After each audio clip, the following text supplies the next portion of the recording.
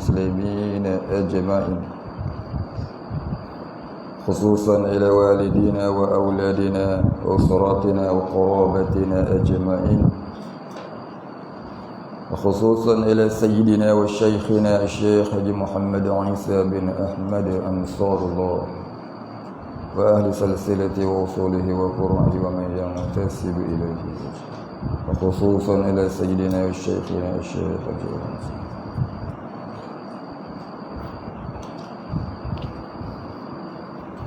وأصولهم وفروعهم والآخذين عنه شيء لله الفاتحة. أعوذ بالله من الشيطان الرجيم. بسم الله الرحمن الرحيم. الحمد لله رب العالمين الرحمن الرحيم مالك يوم الدين إياك نعبد وإياك نستعين اهدنا الصراط المستقيم صراط الذين أنعمت عليهم غير المغضوب عليهم ولا الضالين.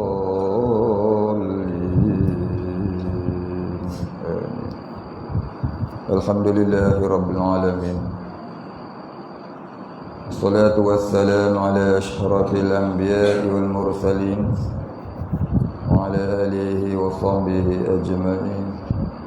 رب اشرح لي صدري ويسر لي أمري واحلل عقدة من لساني يفقهوا قولي، ولا علم لنا إلا ما علمتنا إنك أنت العليم الحكيم. رضينا بالله ربا وبالإسلام دينا وبمحمد نبيا ورسولا. اللهم اجعلنا من التوابين واجعلنا من المستغفرين واجعلنا من المتطهرين واجعلنا من الموحدين واجعلنا من المهتدين واجعلنا من المخلصين الحبين واجعلنا من العارفين واجعلنا من عبادك الصالحين واجعلنا من المتقين. اللهم أحينا بحياة العلماء وأمتنا بموت الشهداء آمين يا رب العالمين.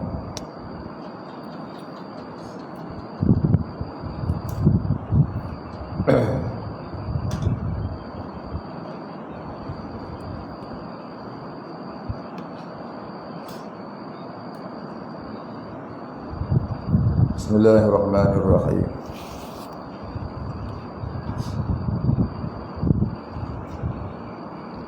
Tauhid uluhiyah itu.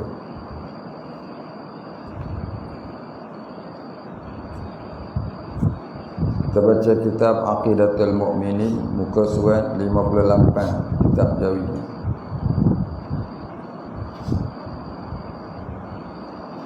Tauhidul uluhiyah. Tauhid al-uluhiyah ialah, yakni terjemahannya keesaan ketuhanan. Artinya Allah sahajalah Tuhan yang wajib disembah, dipatuhi, dicintai tanpa mensyirikkannya. Dinamakan juga tauhid ibadah. Ini Wahabi punya pengertian. Dia kata tauhid uluhiyah ni tauhid ibadah. Maksud tauhid ibadah ni ialah sebenar-benar Tuhan yang diibadahkan itu ialah Allah. Faham Wahabi pula, dia kata tauhid ibadah ni ialah beribadah semata-mata kepada Allah.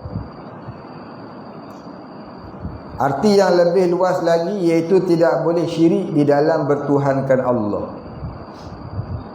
Syirik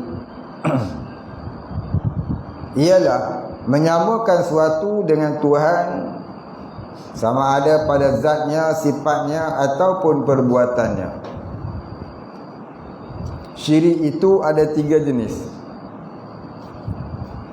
Yang pertama syirik jali. Yang kedua syirik khafi. Yang ketiga syirik akhfal khafi. Baik, akhfal khafi itu dia ajak salah.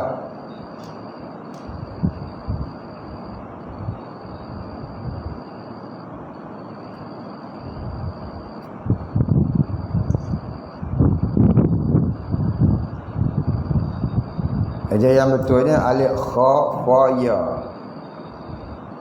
Alif kha fa ya tak ada titik. Alif kha fa ya tak ada titik, ya tak ada titik. Akhfa bunyinya.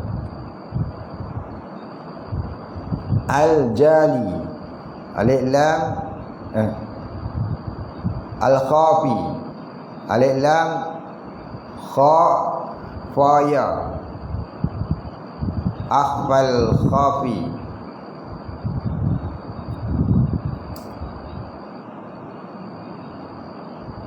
Jadi padam ataupun potong.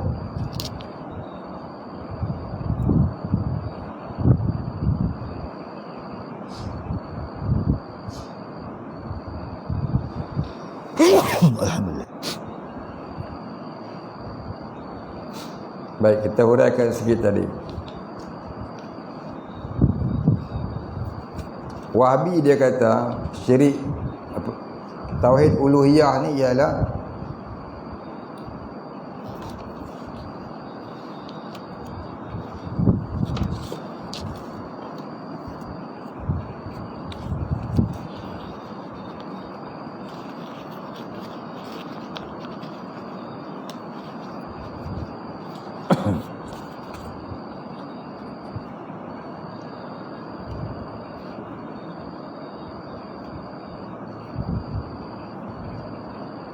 masuk kata tauhid uluhiyah itu ialah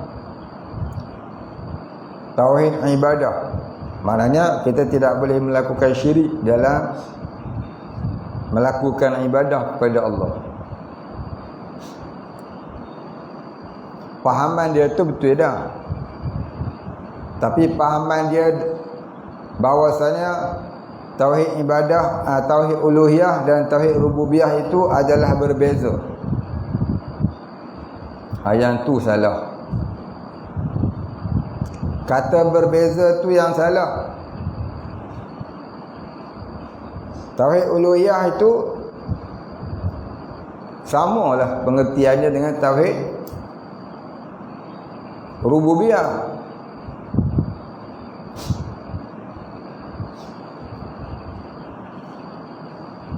Tauhid ubudiyah, tauhid rububiyah iaitu mengesahkan Tuhan yang maha mentadbir.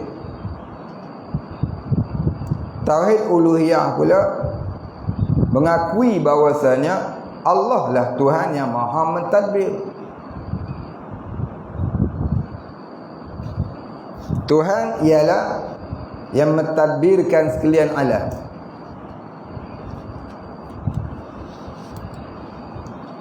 Arti Tuhan itu ialah yang mentadbirkan sekalian alam.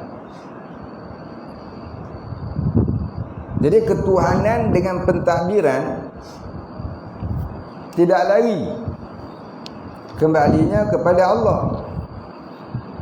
Yang maha mentadbir pun Allah, yang maha bersifat ketuhanan pun Allah. Tuhan itu pentadbir, pentadbir itu ialah Tuhan. Maka ada beza.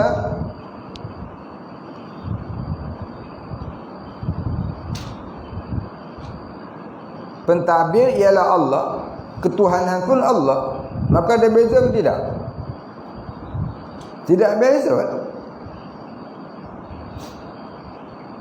Jadi Wahabi bila membezakan uluhiyah dan rububiyah, itu yang salahnya Wahabi. Bahkan ada ulama mengatakan berantakad berbezanya tauhid uluhiyah dan tauhid rububiyah boleh membawa kepada syirik wal iazubillah. Kata berbeza tu syirik, boleh membawa kepada syirik. Hanya berbeza pada sebutan, tapi tidak berbeza pada pengertian. Jaga itu.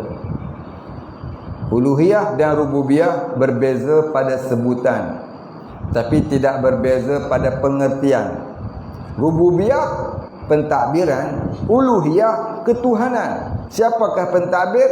Tuhan. Siapakah Tuhan? Yang maha mentadbir. Maka antara keduanya saling mempunyai satu pengertian.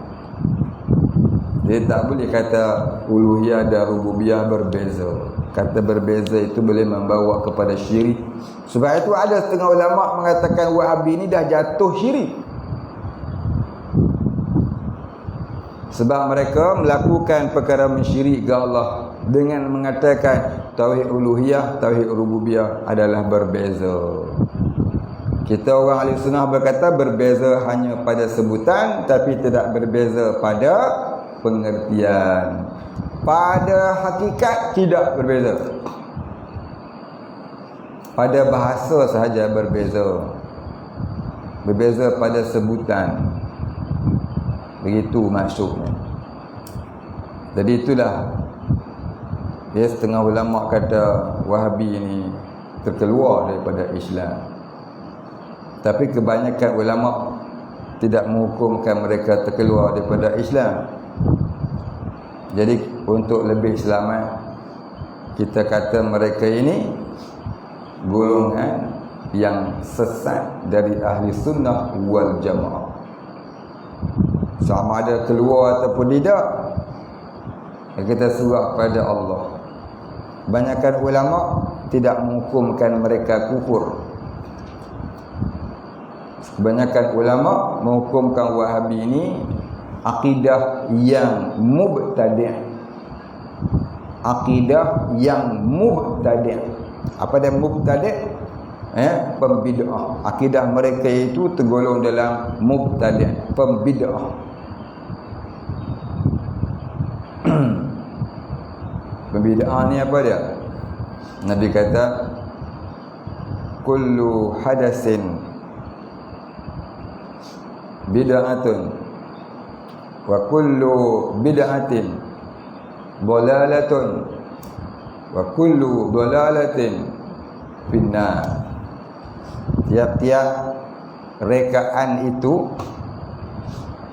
tiap-tiap yang baharu itu adalah rekaan.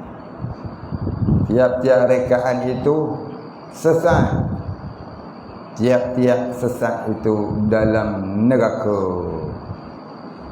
Bid'ah ni maknanya rekaan. Al-Badi' Tuhan yang maha mencipta. Badi' bid'ah orang yang mereka-reka. Reka-reka akidah. Baik, habis. Ada nak tanya, tanya. Dengan lepas kuliah pun nak tanya. Saya letih.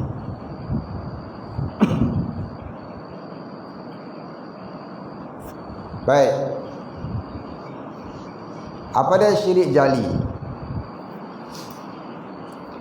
Syirik jali ialah syirik yang nyata, menyebabkan jadi murtad apabila mengerjakannya.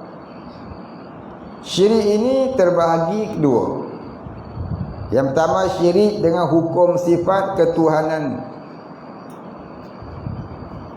seperti mempercayai Allah yang berkuasa, tetapi dalam masa yang sama percaya pula kepada bomoh-bomoh, kubur keramat, kuasa jin, hantu, syaitan, ubat dan sebagainya.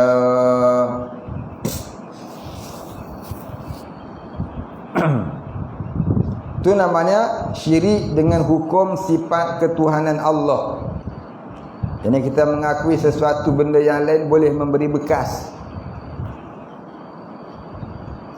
selain daripada Allah. Ada lagi sesuatu yang lain yang boleh memberi bekas. Faham? Itu namanya syirik dengan hukum sifat ketuhanan Allah. Kita mengaku Allah itu yang memberi bekas. Dalam masa yang sama, kita juga mengakui ada benda lain boleh memberi bekas. Termasuklah orang yang percaya kepada perkara-perkara yang khurafat.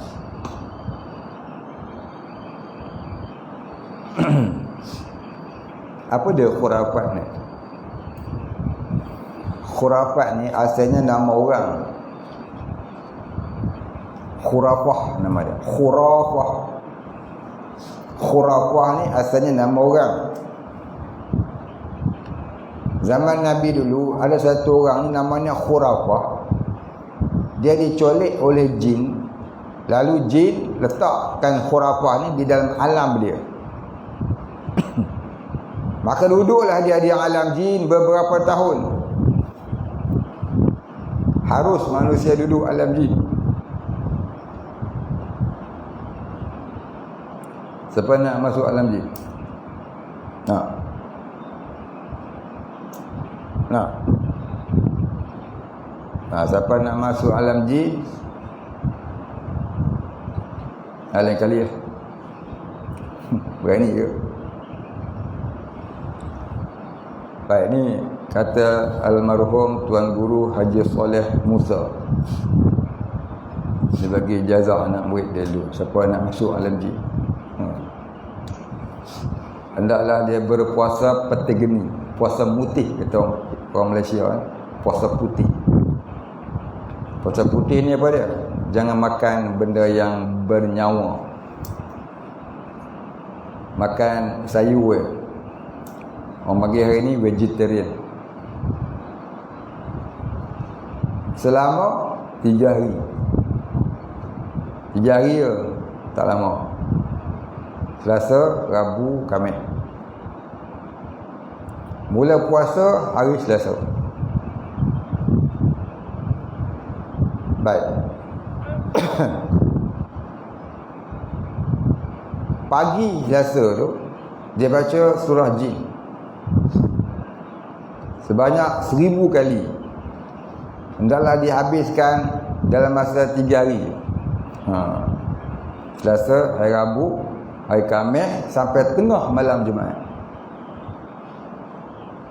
Jadi sahur pun makan nasi dengan sayur. Buka begitulah juga. Telur semua tak boleh. Sampailah tengah malam Jumaat. Tengah malam Jumaat tu, kalau Allah nak beri kita ni masuk ke alam jin, dia akan datang Raja Jin, namanya Aba Yusuf.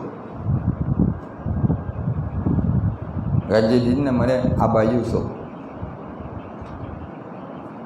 Bila dia datang, sebelum dia datang tu, kita akan bertemu dalam satu keadaan yang amat menggerunkan. Gerun tu macam mana? Itu bergantung kepada pemberian Allah. Tak tentu siapa-siapa lah, masing-masing punya cara. Ada yang rasa macam nak ribut. Ada yang rasa macam melayang di udara. Berbagai cara lah. Orang ni lain orang lain lah cara dia. Tapi ada rasa satu benda pelik. Ni nak jumpa dengan Raja Jin. Nanti benda tu akan reda. Siapa tak sabar di situ, hilang. Ada yang nampak tapak kaki nak pijak dia. Ada yang rasa rumah dia bergoyang. Macam-macam. Nampak pokok balak macam lalang dia lah. Tu. Begini. Bila dia reda, nanti akan datang benda berkelip, pak, dia akan jelma depan kita. Raja Jin namanya Aba Yusuf. Dan kita jangan takut. Kalau takut pun kena tahan, jangan sampai lari. Dia tak makan, dia cuma nak jumpa. Dia baca dia, suruh nama dia beri, dia akan ada jenggot panjang. dia akan berjanggut panjang. Kalau kita belum habis baca surah jin 1000 kali, habiskan, jangan berhenti. Masa dia jelma depan tu, pegang janggut dia. Begini, pegang sampai habis baca. Kalau lagi 3 kali, dia 3 kali lah. Sampai pegang janggut. Dan dia tak akan menyakitkan kita. Pegang janggut tu tanda perkenalan.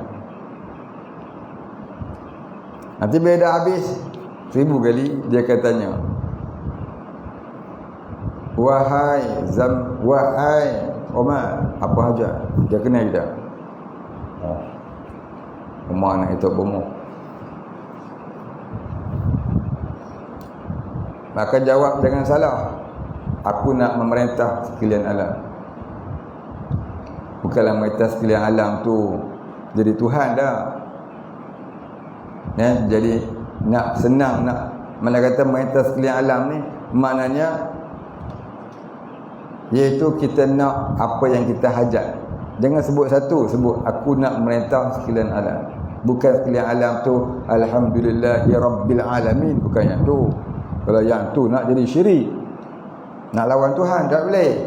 Memerintah sekalian alam tu maknanya kita nak mudah apa yang kita hajat. Apa yang kita hajat mudah-mudahan kita dapat dengan cara mudah. Itu maksud dia tu. Kena takwil lah bahas. Aku nak memerintah sekalian alam tu kena takwilnya. Kalau apa-apa aku hajat, aku nak cara mudah, tak nak susah-susah. Itu maksud dia. Saya adalah pula puak-puak yang suka lawan ahli sunnah ya, dia kata dah ustaz ni syirik dah. Pak Wahabi tak ada kerja lain mensyirikkan orang, doakan orang. Nanti dia akan beri kita nombor telefon dia. This my card. Dia akan bagi kita signal, bagi kita satu kaedah untuk berhubung dengan dia. Tak perlu baca surah jin. Barangkali ketuk 3 kali. Apa cara dia? Dia akan beritahu, apa dia datang. Abah Yusuf ni, dia datang kepada orang yang panggil dia dalam sekelip mata. Abah Yusuf ni, dia raja jin Islam. Jadi bila dia dah beri, maka dia akan hilang. Dia beri itu maknanya dia terima kita sebagai orang yang boleh masuk ke alam dia. Jadi dia akan beri kita petanda dia. Lepas tu habislah amalan kita. Besok boleh makan ayam kampung semula. Jadi saya terima amalan ini daripada almarhum Tuan Guru Haji Saleh Musa. Dan juga daripada almarhum Tuan Guru Haji Maknahu Kedah. Haji Maknahu dia lain sikit amalan dia, tambah sikit lagi. Tapi saya tak nak buat pun. Sebab takut. Tak takut? Baik. Tok sekawalan ngaji ni tak syok pun. Ya, tak syok pun. Hukum berkawan dengan jin kalau tak kukuh akidah adalah haram. Ini dulu. Hukum berkawan dengan jin kalau tidak kukuh akidah adalah haram. Kalau kukuh akidah dengan niat nak dakwah dia masuk Islam, itu hukumnya harus. Bahkan terkadang afdal. Gantung pada orang. Tapi dilihat sungguh ke kukuh akidah kita. Bolehkah kita tidak terpedaya dengan jenis-jenis sihir yang ditipu dayakan oleh jin-jin? Dia bagi kita kelebihan jadi bomo.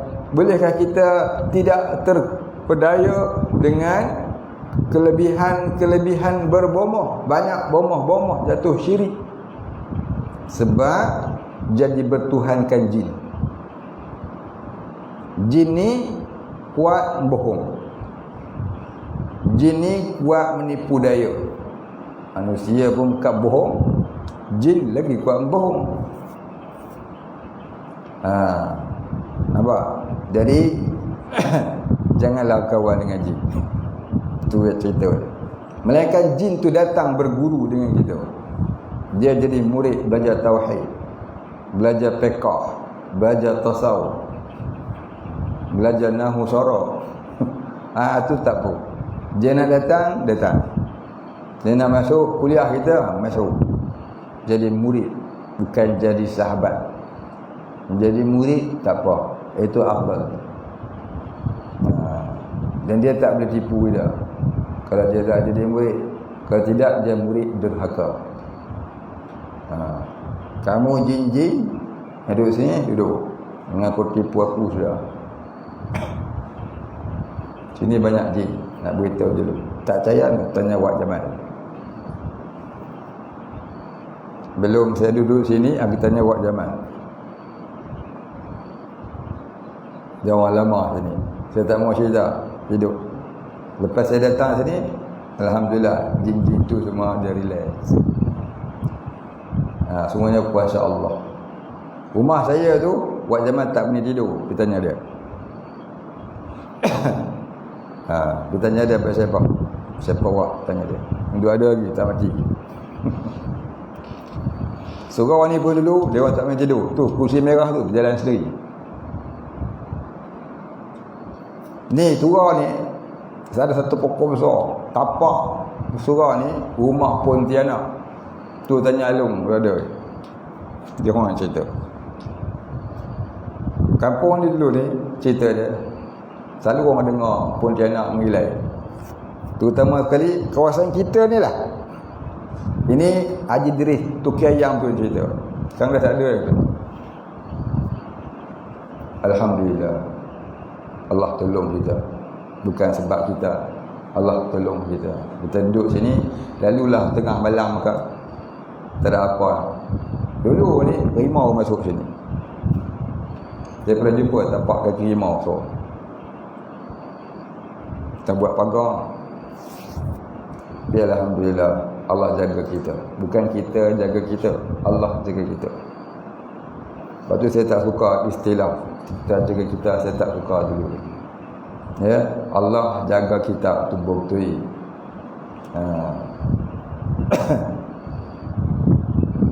Orang kena Covid. Orang kena Covid. Alhamdulillah tempat kita tak kena. Alhamdulillah, syukur Allah jaga kita. Baik ya. Jadi jangan yakin kepada benda-benda yang bersifat benda-benda yang menyebabkan jadi syirik tadi. Jangan sambung cerita khurafat tadi. Jadi khurafat ni, khurafah namanya, dah lama duduk di alam jin. Dia pun dipulangkan oleh jin ke alam manusia. Bila dah balik ke alam manusia, dia duduk ceritalah alam jin tu bagian cerita ke orang. Orang dah masuk alam jin ya. Macam kita pergi ke Mekah lah, balik dia cerita ke orang, pergi ke Mekah, aku beli itu, ini orang itu gini, orang tu gini. Maka orang panggil dia Pak Haji. Pasal apa? Dia balik Mekah buat haji. Maka khurafah ni pun duk ceritalah dekat orang ya, yang dia tu jumpa itu, jumpa ini, jumpa itu, jumpa ini. Maka orang sebut dia cerita khurafah. Qisasul khurafah. Kisah ataupun cerita khurafah. Asal-asal khurafah itu ada nama orang. Lama kelamaan orang jadikan satu pegangan. Kalau buat gitu mesti jadi lagu ni. Sebab terikut-ikut dengan kisah khurafah tadi. Akhirnya benda tu dinamakan khurafat. kepercayaan yang menyalahi akidah. Itu asal istilah khurafat. Macam mana cerita dia? Kita kalau nak pergi ke mana-mana, tiba-tiba anjing melintas jalan, jangan pergi, di sana akan berlaku kecelakaan. Tu cerita khurafat. Cerita khurafat akhirnya dijadikan akidah, pegangan. Orang panggil apa? Khurafat. Hukumnya syirik. Asal nama orang dijadikan satu pegangan pula dah. Akidah pula. Faham? Macam orang percaya mimpi. Tengok, saya mimpi bagian-bagian, apakah makna dia? Mimpi ni dia bukan mimpi ni adalah takwilnya, pengertian dia. Takwil mimpi orang panggil. Takwil mimpi, makna mimpi. Tapi janganlah kita berpegang dengan takwil itu. Kalau berpegang teguh jadi akidah, hukumnya syirik. Dan jangan pula terus menolak takwil kerana menolak pemberitahuan Allah. Mimpi ni bukan kerja kita. Kita tidur tiba-tiba mimpi, bukan kerja kita. Dan itu Allah Ta'ala nak beritahu kita. Maka mimpi itu jangan dijadikan akidah, tetapi boleh dijadikan pedoman. Mana kata apa dia? Ibaratnya gini. Mendung, pedomannya hujan. Maknanya barangkali dia akan jadi hujan. Bukan mesti hujan. Pedomannya hujan. Maknanya apa? Barangkali akan hujan, maka sediakanlah baju hujan ataupun payung. Orang kata sediakan hujan, sediakan payung sebelum hujan. Bukan sediakan hujan sebelum payung. Jadi kita tengok mendung, bukanlah mesti hujan. Barangkali hujan, itu pedoman. Begitulah mimpi tadi pedoman. Jadi kita standby lah. Itulah kata ulama. Kata Ibn Sirin, kalau kita mimpi yang tak baik, kita bangun, kemudian kita ludah sebelah kiri. Bukan ludah poi, kena muka bini saya ni. Kena pula member sebelah, pula pitam tu kawan tu. Tak bangun 3 hari, koma. Kena ahli basi. Ludah syarat lah. Ludah membuih, ludah syarat. Kemudian baca selawat tafrijiyah. Allahumma salli ala Sayyidina Muhammadin salatan tunjina biha, salatan kamilatan wa salim salaman tamma, sampai habis. Ataupun bacalah apa-apa selawat, bacalah 11 kali. Kemudian istighfar. Kemudian minta doa dengan Allah. Ya Allah, andai kata mimpi tadi membawa bermaksud tujuan yang tak baik, maka aku mohon hindarilah aku daripada terkena yang tak baik.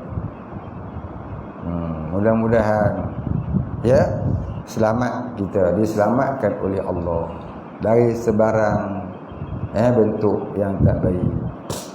Jadi mimpi ni kata Abdul Wahab Sya'rani, Imam Abdul Wahab Sya'rani, dia kata mimpi itu jangan ditolak mentah-mentah, dan pula jangan dipegang seumpama akidah. Mimpi itu hanyalah pedoman dari Allah. Maka hikmahnya supaya kita bersedia. Faham? Cahaya mimpi itu macam cahaya kurapat tadi lah. Bunyi riang-riang, ni ada orang nak mati ni. Ramai-ramai masuk rumah ni, ada orang nak datang. Percaya. Jangan duduk percaya. Orang ni anjing menyala pukul 7 petang, ada hantu nak masuk rumah. Jadi benda-benda lagu tu dibuat sebagai kepercayaan, jadi akidah. Benda tu jadi syirik. Boleh membawa kepada syirik. Itu namanya khurafat. Apa lagi yang boleh membawa kepada syirik jali? Yang menyamakan sesuatu tu seperti Tuhan. Antaranya ialah tatayyur. Tatayyur. Tato ya wawra. Tatayyurun. Tato. Tato ya wawra. Tatayyurun. Tatayyur. Orang Melayu panggil tahyul. Itu mudah. Kena sebut tatayyur payah, dia sebut tahyul. Lepas tu sebut toyul.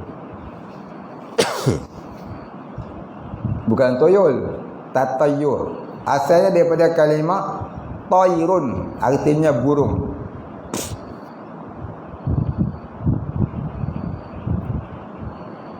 Apa dia tatayyur ni? Orang Arab jahiliyah dulu, belum datang Nabi, bila dia nak bermusafir, dia akan tengok pergerakan burung tayrun. Dia akan tengok pergerakan burung. Dia contohnya, dia nak pergi ke arah timur, dia keluar rumah, dia tengok ada tak burung berjalan ke arah timur ataupun ke selatan. Kalau burung tu jalan bergerak ke arah timur, dia akan percaya, ni kalau aku pergi ni baik, sebab burung dah pergi ke sana. Percaya kat burung, tak percaya kat Tuhan.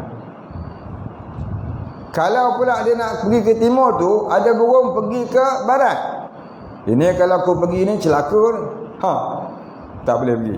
Dia percaya kat burung, tak percaya kat Tuhan. Syirik. Itu namanya tatayyur. Percaya kepada kesialan. Ni kalau pergi ni sial. Itu namanya tatayyur. Percaya kepada pergerakan burung, maka boleh membawa kepada kebaikan ataupun kesialan. Dalam Quran dia kata apa? Ta'irukum ma'akum. Surah apa tu? Surah apa tu? Apa ingat? Surah apa habis?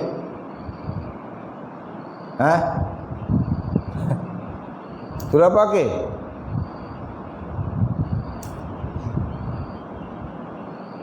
Ingat? Ya Allah. Surah apa Muhammad? Lagi lah. Surah Yasin. Dia ingat Yasin senario ni. Surah Yasin tu macam-macam hikmah itu. Surah Yasin, ta'irukum ma'akum. Kesialan itu dari kamu sendiri, bukan dari burung. Ta'irukum, burung yang percaya kepada burung, maksudnya kesialan itu percaya kepada sial. Sial kau. Orang Cina dia sebut sui. Cilakoi. Sui dia kata. Sial. Arab kata tatayyur. Melayu sebut tahyul. Jadi semua itu membawa kepada syirik jali. Percaya kepada kesialan. Jangan kita percaya kepada sial. Sial ni hanyalah kepercayaan orang-orang syirik, bukan kepercayaan orang-orang beriman. Itu namanya tatayyur. Ataupun boleh bagus panggil tahyul. Ni semuanya mensyirikkan hukum sifat ketuhanan Allah, sebab mengakui ada benda yang lain yang boleh memberi bekas. Lagi apa dia lagi? Azlam. Alif zai lam alif mim. Alif zai bukan zal, zai. Alif zai lam alif mim. Azlam. Apa dia azlam? Azlam ni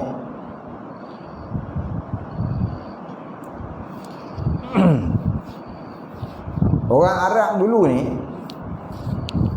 bila dia nak pergi ke mana-mana, Selain daripada tatayur tadi, mereka juga berazlam. Azlam ni apa dia? Mereka akan cari 3 anak panah. Anak panah tahu anak panah? Omar tahu anak panah? Apa dia tulis tu? Anjingnya tulis.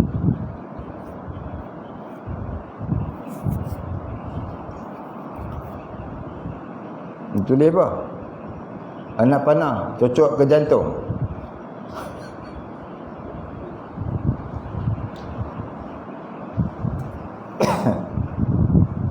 Panah Arjuna.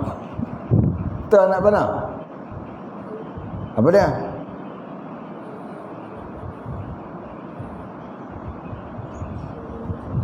Ha? Arrow betul. Arrow. Arrow tahu? Tahu? Oh. Anak panah cocok jantung. Ha, tu ambil satu. Surat saman. JPJ bagi saman ambil.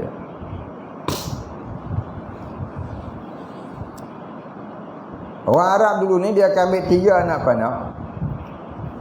Kemudian dia akan tuliskan anak panah. Anak panah nombor 1 dia tulis disuruh Tuhan. Anak panah nombor 2 dia tulis pula dilarang Tuhan. Anak panah nombor 3 dia tak tulis apa-apa. Lepas tu dia bubuh anak panah tu dalam kantung dia. Tu sarung anak panah tu. Nak tengok tak sarung anak panah?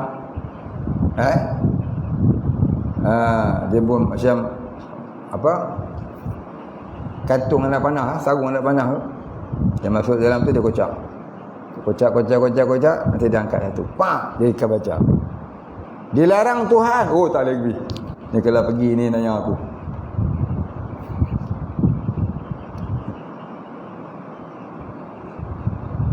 Jadi kalau dia percaya itu sungguh dilarang Tuhan, syirik dia. Itu namanya azlam. Faham? Kalau dia kocak dan angkat, oh tak tulis apa-apa. Oh ni tak boleh, ni kena buat lagi sekali. Kocak. Dia angkat lagi. Oh tak ada apa-apa juga. Bukan yang dilarang, bukan yang disuruh. Dia kocak lagi. Sampai dia dapat. Disuruh Tuhan. Oh ni kalau pergi untum sawah. Pipi kena ngak dengan harimau pada muka. Itu namanya azlam. Percaya kepada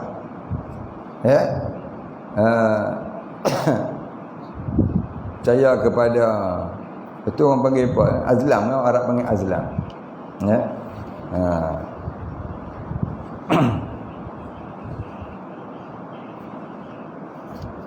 Itu antara perkara yang disebut tadi syirik dengan hukum sifat ketuhanan Allah. Ya. Macam orang Melayu dulu lah, perasak tumian. Ini malam Jumaat Kliwon. Orang Jawa dia ada tu. Orang panggil apa? Orang panggil apa? Orang Melayu pun ada. Tak kira Jawa, tak kira apa. Malam Jumaat ya. Sebulan sekali, bulan mengambang ke. Dia ambil kerih magnet moyang dia. Dia perasak kemian, dia mandikan limau. Kemudian dia percaya kalau tak diasap dan tak dilimaukan, nanti nenek moyang akan ganggu anak cucu. Ataupun dia kata kalau tak perasak, nanti kadang ni akan ganggu keluarga kita. Percaya benda tu boleh membawa kepada syirik. Tapi kalau saja diasapkan kemian, kemudian dibasuh dengan air limau, kerana nak jaga besi tu jangan berkarat, itu harus. Ya. ada keri, ada sundang, ada pedang, diasapkan dengan kemian, dicuci pula dengan limau, dibuh minyak supaya tak karat, dengan niat untuk jaga besi tu jangan jadi rosak. Bukan ada faham-faham apa-apa, itu hukumnya harus. Yang salah ni ada kepahaman di sebaliknya. Ada kepahaman di sebalik. Macam apa orang buat kenduri arwah, hari pertama, hari kedua, hari ketiga, hari keempat sampai hari ketujuh, 7 malam dia buat. Hari ke-40 pula. Lepas tu hari 100 pula. Pasal apa? Dia percaya ni sangat arwah balik. Mereka tengok kita. Hari yang ke-100 tu hari terakhir, kena buat, nanti dia balik tengok kita. Percaya dia balik tu tak boleh. Buat tu tak apa, dapat pahala. Dia tambah hari dia balik. Yang tu yang salah. Jangan ada kepercayaan kata roh tu balik malam 1 sampai malam 7, malam 40, malam 100, malam 1000, malam 1000 setengah. Ni kepercayaan tu jangan ada. Nak buat kenduri arwah tak apa, tu bagus, dapat pahala. Pasal Nabi suruh, buatlah jamuan walaupun hanya sekeping roti. Dalam kitab Khazinatuz Zain. Jangan percaya ada tambahan, ada kepercayaan lain pula. Yang lebih teruk ada pula percaya ni kata buat kenduri kat mak ni, mak mari cekik kita. Sudah. Dia percaya lagi teruk tu. Yang tu mak tu teruk tu dah kira kritikal punya akidah.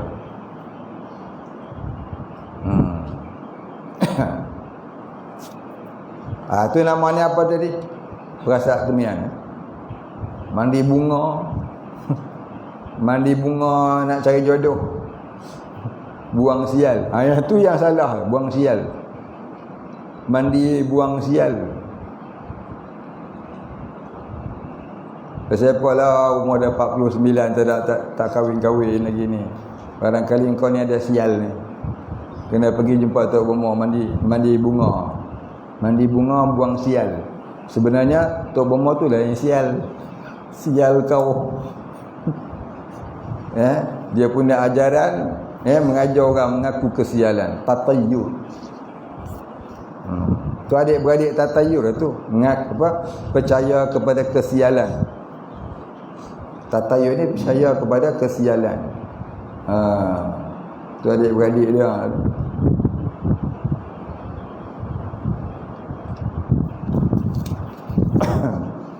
Baik. Jadi kita jangan ada benda-benda yang lagu tu. Lagi apa lagi? Bersemah. Itu bersemah. Bersemah ni, orang dulu-dulu ni kalau nak duduk rumah baru, dia sembelih kambing dalam rumah. Lepas tu darah dia tu, darah sembelihan tu, direnjis sekeliling rumah. Dia kata untuk halau hantu syaitan. Dia itulah syaitan, dia itulah hantu. Itu kata bersemah. Itu tak disuruh, bahkan boleh membawa kepada syirik. Maka sembelihan kerana bersemah tu haram dimakan.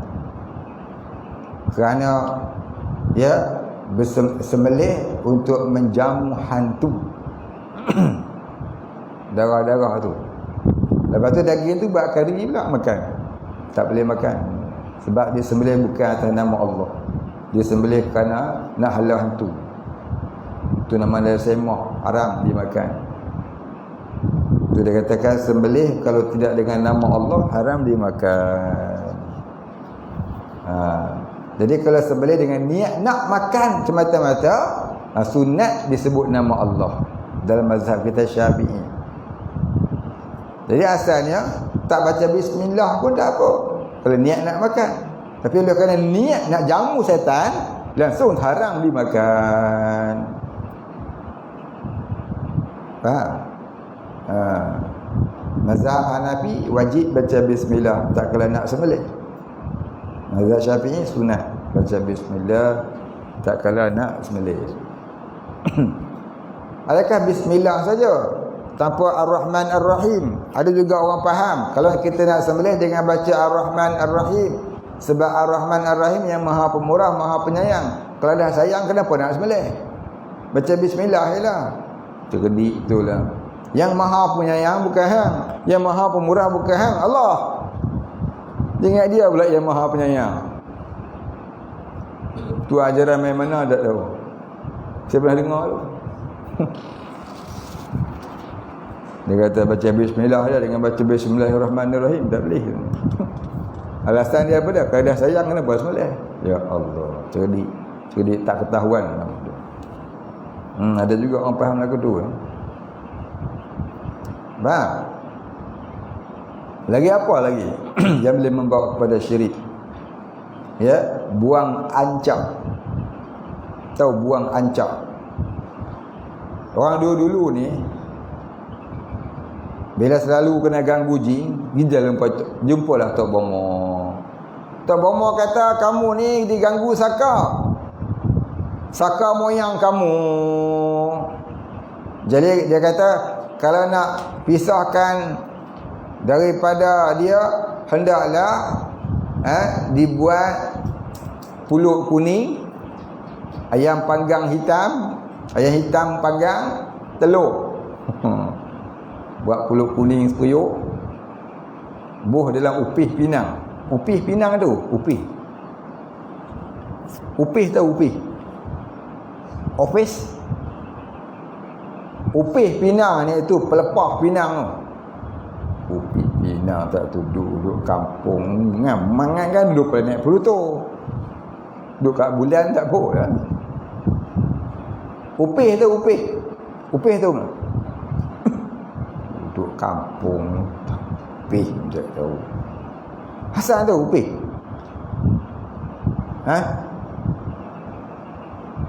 Tahu? Upih pinang tak tahu. Pelepah pinang tu, pelepah pinang. Pelepah tu, pelepah. Bukan pelupuk. Pelepah tu. Kalau orang Jawa panggil arak. Berarak. Kalau pokok kelapa, daun kelapa, pelepah kelapa. Kalau pinang atau pelepah pinang. Mana tengok? Mana tengok? Tahu pelepah? Pelepah pinang macam tu kempuk apa pinang. Pelepah pinang tak tahu. Jadi pelepah pinang tu ke depan ni daun dia, kat belakang tu dia punya yang bersambung dengan pokok. Tu nama dia upih. Faham? Orang dulu ni belum ada pertuan saga, petang-petang tak ada kerja apa, cari upih pinang. Ya, seorang tarik, seorang duduk atas upih. Dia kata apa? Ini match this man. Sagi dah letih lah. Orang ni pula tarik, orang letih duduk pula. Lepas tu bunyi enjing. Zaman dulu. Once upon a time. Sekarang tak main dah tu. Orang main komputer. Sampai England, sampai planet Pluto, sampai rata-rata pergi. Ini tak gimana lah. Kawasan kampung tu lah, kuling rumah. Jadi dia nampak dah upih. Apa dia upih? Upih tu dipotong, buang pelepah ni, buang daun ni tu. Upih tu dibuat seperti dibentuk seperti sampan. Lepas tu dibubuh pulut kuning, ayam panggang, telur, bunga-bunga rampai, 7 jenis bunga, 12 jenis bunga. Ikut Tok Bomo menipu tu suruh lah. Kalau Tok Bomo menipu 1000 lah. Bola duit 25 sen. 5 sen 25 sen. Yang 250 dia punya. 25 sen tu jin punya. Pandai Tok Bomo pun. Dia tak minta 25 sen. 25 sen tu jin punya. Upah dia buat 250, tu dia punya. Tok Bomo pandai cari duit. Buat nak Tok Bomo Nah, nipu-nipu orang dapat duit. Nipu-nipu orang dapat duit. Dan nipu orang saja tak apa, nipu orang sampai jadi syirik orang. Wallahu a'lam. Kemudian dihanyutkan ke sungai. Mari buaya ngapuk. Habis. Buayanya kenyang. Percaya. Kalau tak buat ni nanti tok mayang kacau. Itulah kamu suruh sakit-sakit katanya. Itu namanya buang ancak. Syirik hukumnya. Sebab mengaku, beriktikad, berpercaya ada benda yang lain berkuasa lebih pada Allah atau sama macam Allah berkuasa ni. Percaya ada benda lain yang berkuasa sama seperti Allah Ta'ala berkuasa. Itu jadi syirik. Wala'iyadzubillah. Syirik ni maknanya menyamakan Allah dengan sesuatu, menyerupakan Allah dengan sesuatu, mengaku ada benda lain yang boleh memberi bekas, yang berkuasa, yang boleh menyakitkan, yang boleh menggembirakan, yang boleh menyusahkan, yang boleh mematikan. Sedangkan Allah lah yuhyi wa yumiit wa huwa ala kulli syai'in qadir. Tapi dia percaya yang lain, ada lagi benda lain yang boleh menyakitkan, boleh mematikan.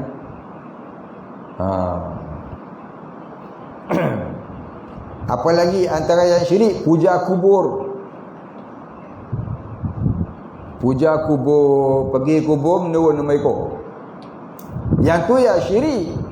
Tapi kalau pergi ziarah kubur wali-wali, nabi-nabi, kemudian membaca bacaan-bacaan ayat-ayat Al-Quran, dihadiahkan pahala bacaan itu kepadanya dan sekalian ahli kubur dengan mengharapkan rahmat Allah, itu hukumnya sunat. Tapi Puan Wahabi kata itu menyembah kubur. Ni Wahabi ni tak reti mana satu menyembah kubur, mana satu beribadah kepada Allah. Bagi dia ziarah kubur tu sembah kubur. Jahatnya Wahabi ini, dia musnahkan kubur-kubur sahabat-sahabat Nabi supaya orang tak pergi ziarah, buat benda syirik katanya.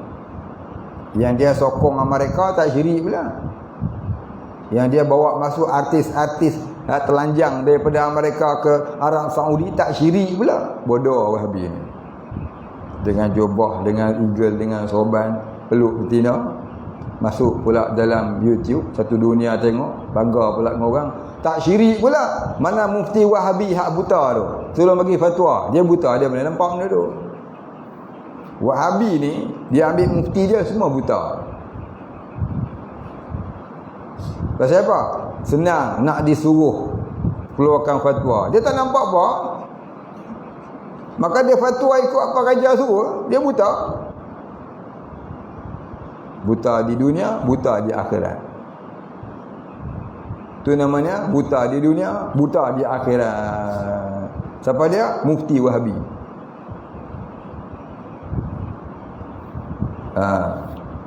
Buat kalau fatwa bermazhab sesat, itu fatwa dia, fatwa mufti Wahabi ni.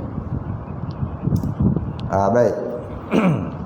Jadi orang-orang ahli sunnah wal jamaah yang menziarahi kubur dengan niat untuk membacakan bacaan-bacaan Al-Quran, dengan niat pahalanya dihadiahkan kepada si mati dan sekalian ahli kubur, itu adalah sunat. Seperti mana kata Nabi SAW dalam hadis sahih.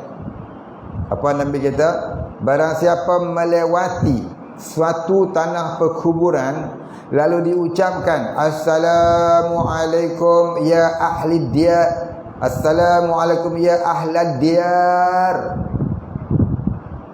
Assalamualaikum wahai ahli kubur. Kemudian dibacakan sekali Al-Fatihah dan 11 kali suratul Ikhlas. Lalu didoa, diniatkan, dihadiahkan pahala bacaan itu kepada sekalian ahli kubur. Nescaya ia mendapat sekalian pahala ahli kubur. Kalau di kubur tu ada wali-wali, di kubur tu ada nabi-nabi, dia dapatlah pahala-pahala mereka. Dimasuk ke akaunnya, akaun simpanan akhirat. Wahabi tak percaya benda ni.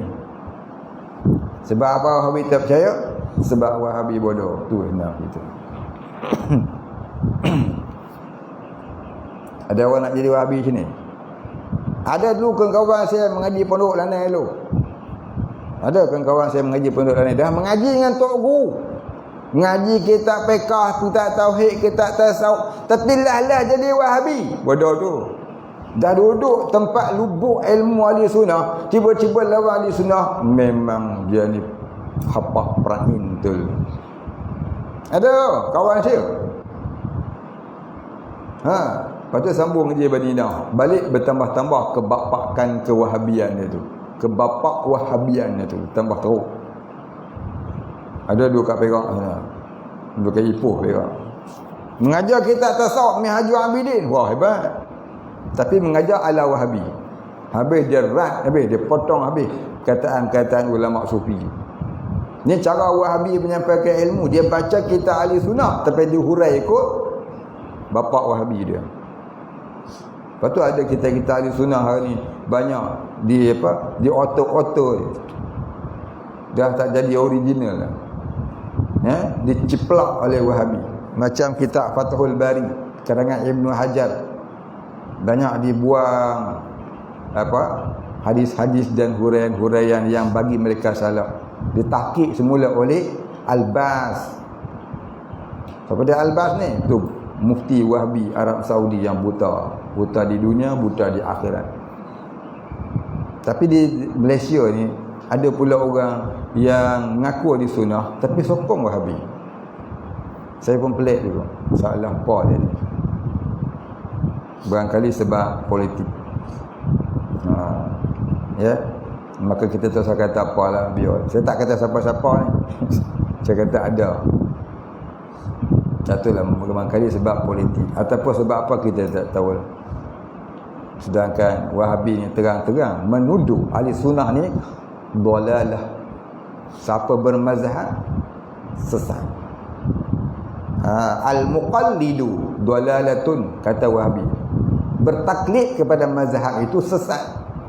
Dia kata kita sesat, kita kata dia benar pula. Bermakna dia membenarkan kau sesat. Hayya, ini macam punya orang pun alakah. Dia kata kita sesat, kita kata antam betul. Mana kita mengaku kita sesat. Wah, feeling si salah wah. Feeling si salah wah. Tengok ini orang pun alam.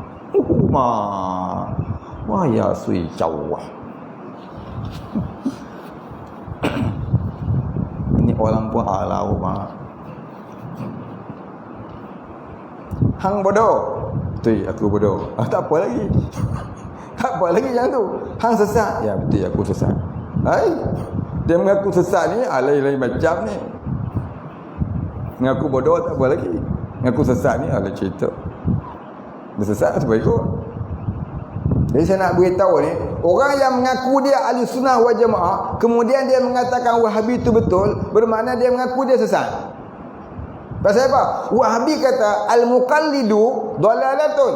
Bertaklid itu sesat. Siapa bermazhab sesat. Lepas tu hang yang mengaku bermazhab Syafi'i kata Wahabi betul, bermakna dia membenarkan kata Wahabi yang mengatakan engkau sesat. Betul?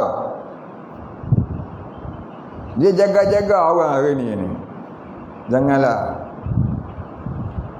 sampai teratu punya pahaman pun ada orang hari ni. Saya tak tahu nak cakap apa. Saya tak kata siapa-siapa ni ku ada lah. Kalau macam siapa-siapa ku ada lah.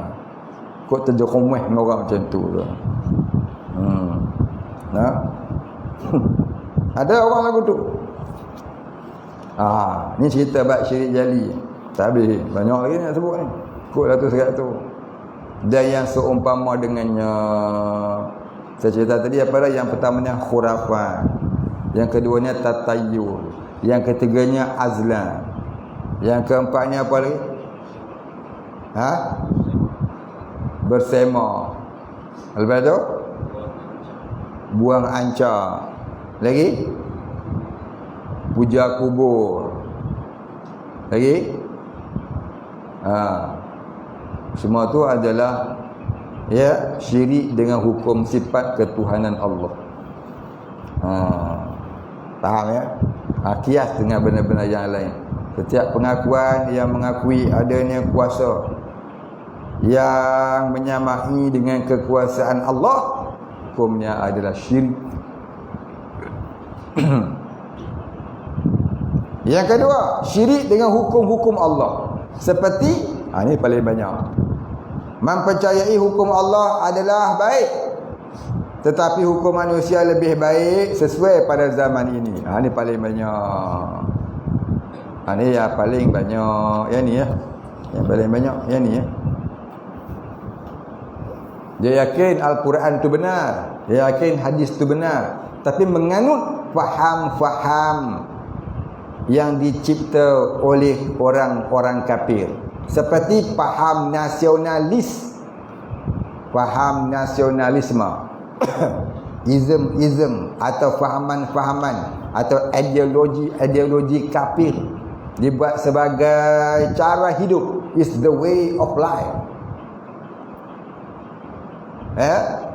Faham nasionalisme, faham komunisme. Orang Melayu pun ada faham komunis di Malaysia ni, orang Islam. Faham liberalism, faham sosialism, faham materialism. Apa dia materialism? No money, no talk. Hidup untuk cari kekayaan. Tak ada duit, jangan cakap, dia kata. Dia nak kejayaan itu ialah kekayaan, harta.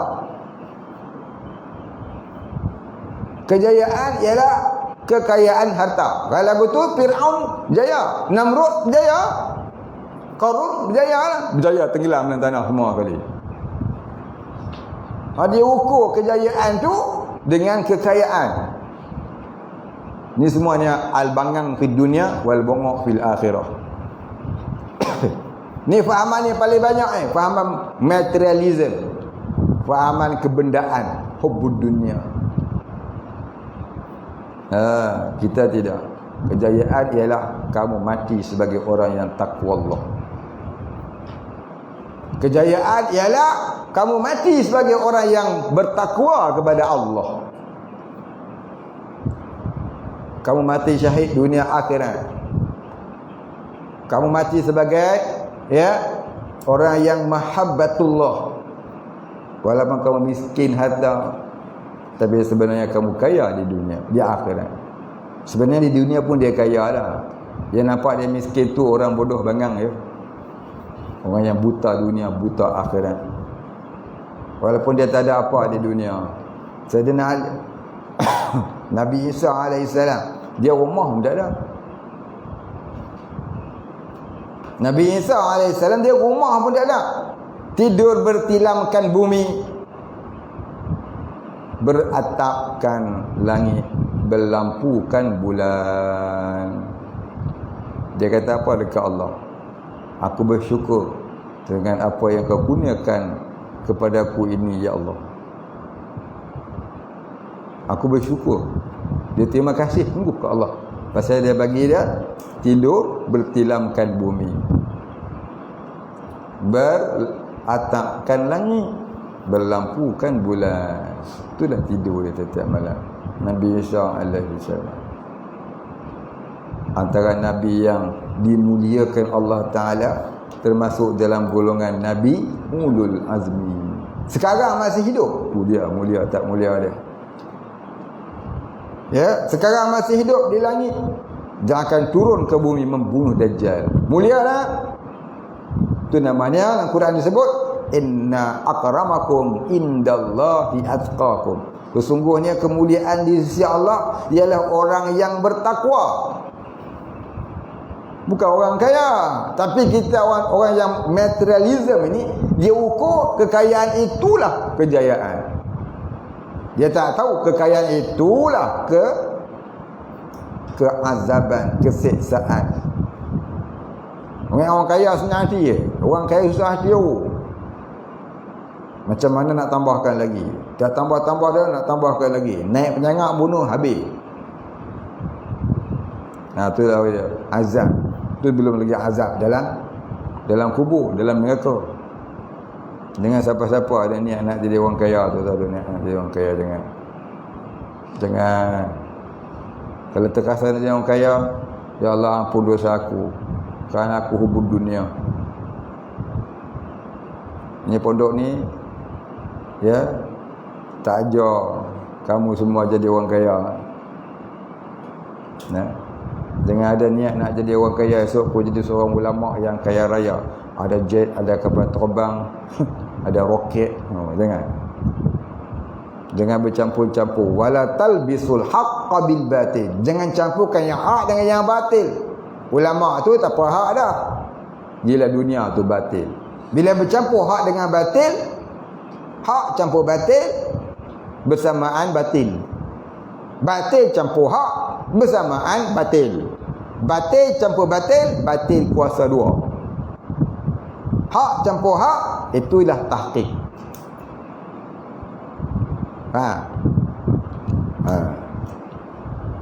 Memang kita orang awam nak jadi kaya, dua seorang-seorang berangan. Ada istana, ada roket, jet, semua ada. Macam Muhammad mula-mula mari cerita kartun apa tu dengan kawan dia. Transformer. Ini tak ada lah, ada habis dah. Ada lagi ke? Tak wangan dah Jangan saya tak tahu. Macam mak. Tak ada lah. Lagi awet? Ini. Awet kan nilai ada lagi? Kat ke belum? Sambung lagi? Continue lagi? Ada lagi? Ada lagi? Ada lagi? Besok balik? Kena ngaji awak sini? Pergi kahwin? Dah kahwin esok pun sini balik? Amboi, ada awet. Buta awet tu kan?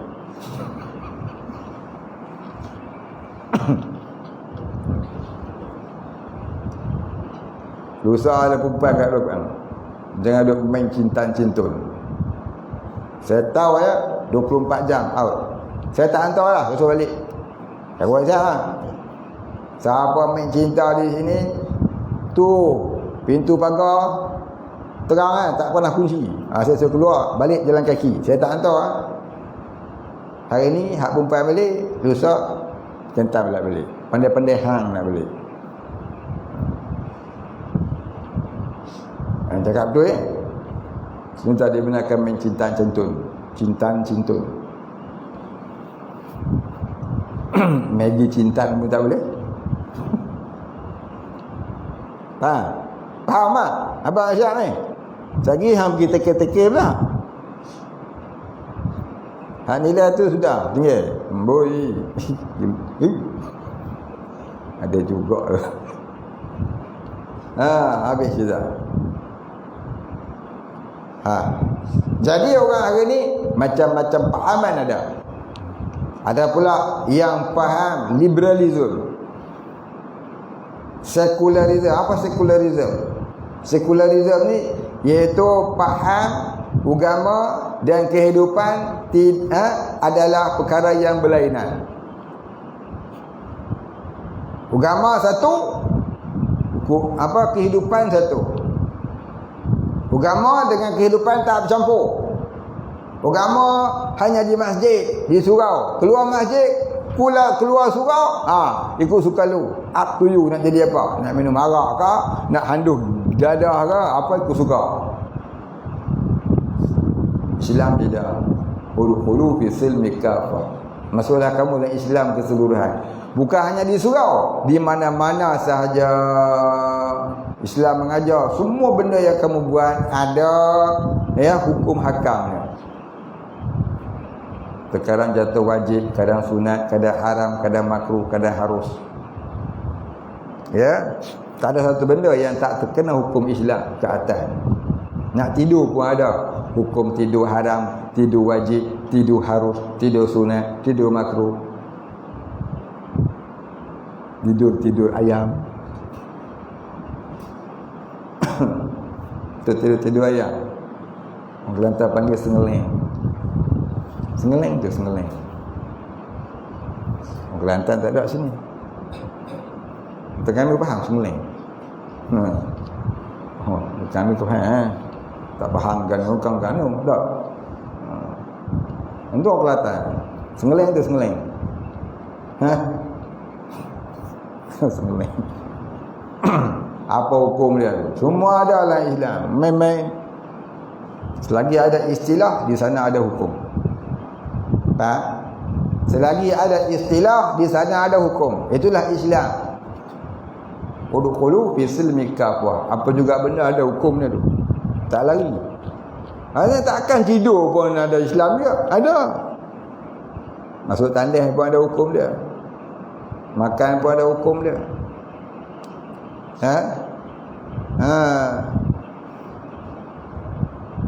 Dah habis. Jadi orang hari ni berpahaman dengan faham-faham ciptaan kafir, kemudian dijadikan sebagai cara hidup. Itu adalah syirik dengan hukum hakam Allah. Takkan syirik kok. Syirik lah. Sebab melawan udkhulu fi silmi kafah. Masuklah kamu dalam Islam keseluruhan. Islam bukannya kat masjid kat surau Islam tu keseluruhan. Tilka hududullah. Demikian itu hukum Allah. Kamu kena ambil hukum hudud sebagai hukum Allah. Hukum yang dijadikan sebagai perlembagaan. Ini mengaji Quran, tajwid. Tauhid dah langsung, jenayah lagi dah tak mengaji. Lepas tu cakap, bila orang sembang agama sikit macam ni, macam saya cakap ni, oh tu ustaz quality, tak boleh, tu sesat. Masya-Allah. Inilah pahaman orang hari ni. Dah berpuluh-puluh tahun merdeka, tu yang diajar oleh penjajah, pahaman tu dah duduk dalam kepala huntak dia ni sampai kita nak ajar dia huntak tak jadi apa dah. Berkarat dengan ideologi penjajah. Cakap bahawa hukum Allah dia polisi, sesat, salah. Itu teroris katanya. Ekstrim ni kereta Honda tau abang ada. Teroris. Sebab teroris, orang datang rumah kita, dia selongkar rumah kita, lepas tu dia kata kita teroris. Dia teroris kan, kita teroris. Dia pengganas kan, kita pengganas. Tanya kat entah semua. Orang masuk rumah kita, dia selongkar rumah kita, lepas tu dia kata kita pengganas, teroris. Dia pengganas kan, kita. Umar pun tahu. Macam mana Fikri tak tahu? Tukar kelas. Saya masuk kelas 1, masuk kelas yang tadi. Tahu? Siapa suruh? Cikgu besar suruh. Dia tak tahu teroris. Penyangak masuk rumah kita, dia kata kita teroris. Dialah teroris. Penjajah masuk negara kita, kita lawan dia, dia kata kita teroris. Lepas tu ada pula Melayu kata, betul tu teroris. Bodoh tu. Ini dia balaci penjajah. Tahu? Komunis masuk negara kita, dia lawan ulama-ulama kita. Lepas tu kita sokong dia lawan ulama. Lepas tu kita pun ikut cakap dia, dia kata kita teroris. Kita tu balaci komunis sebenarnya. Orang putih masuk negara kita, kita lawan dia. Orang putih gelakkan kita teroris. Lepas tu ada pula orang Melayu sokong dia, kata kita ni orang teroris. Kita ni balaci penjajah Inggeris sebenarnya. Bodoh tu. Jepun masuk negara kita, dia lawan kita, dia lawan ulama-ulama kita, dia gelarkan ulama kita teroris. Ada juga Melayu pergi sokong dia, kata ulama-ulama itu teroris. Bodoh ke bangan? Sampai hari ni ada orang lagu tu dalam negara kita. Bila kita cakap, dia kata kita teroris. Itulah dia. Kenapalah orang kita patah ratus? Badan gede, otak kecil. Badan besar, tapi otak kecil. Tuh. Dia tinggi, profesor, PhD. Pakat hamba dungu, PhD. Puak hamba dungu. Yang macam tu lah, bukan semua. Macam tu tadi ni. Oh, cakap teroris, orang yang lawan penjajah. Apa dia tu? Ulama-ulama ni dungu-dungu belaka dia. Dia dungu.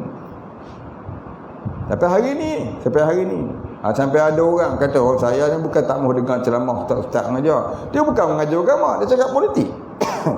Itu saya tak nak ustaz-ustaz mengajar. Habis tu duduk rumah tengok Doraemon. Doraemon. Haji Doraemon nama dia. Ada orang tu. Banyak sekarang ni. Cukup banyak. Itulah ideologi penjajah. Orang yang berfaham lagu tu, dia duduk sembahyang rajin. Mekah dah 14 kali. Zakat tak pernah tinggal. Sedekahnya kuat. Tapi fahamnya faham penjajah. Faham apa? Faham nasionalis. Itu adalah fahaman yang boleh membawa kepada syirik dengan hukum hakam Allah. Jadi apa? Musyrik.